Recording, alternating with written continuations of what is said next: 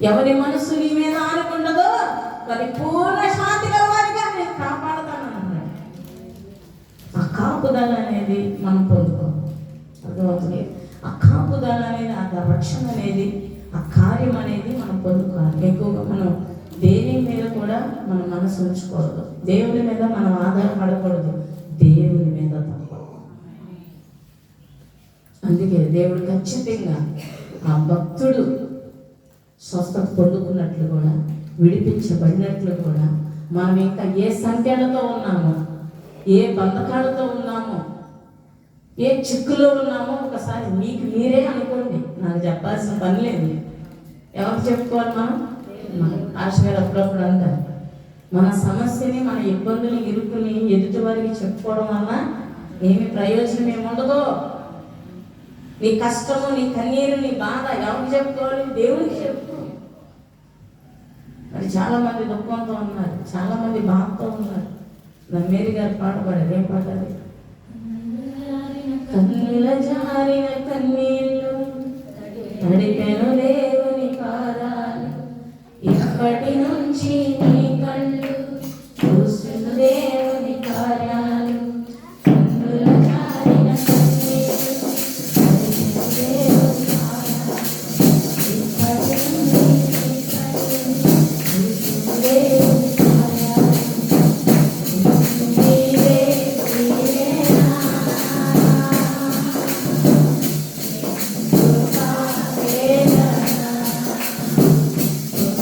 నీవే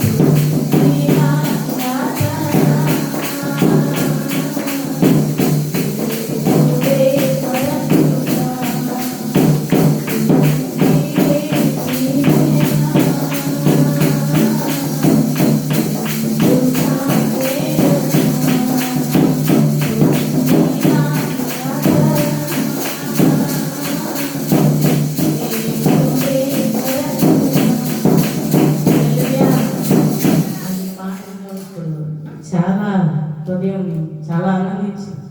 ఎందుకంటే ఎన్ని సంవత్సరాల నుండి ఎంత బాధతో ఇబ్బందితో ఉన్నా కానీ ఆ శ్రమను ఎరిగిన దేవుడు మన దేవుడు, ఆ కష్టాన్ని ఎరిగిన దేవుడు మన దేవుడు, ఆ బాధను ఎరిగినటువంటి దేవుడు మన దేవుడు.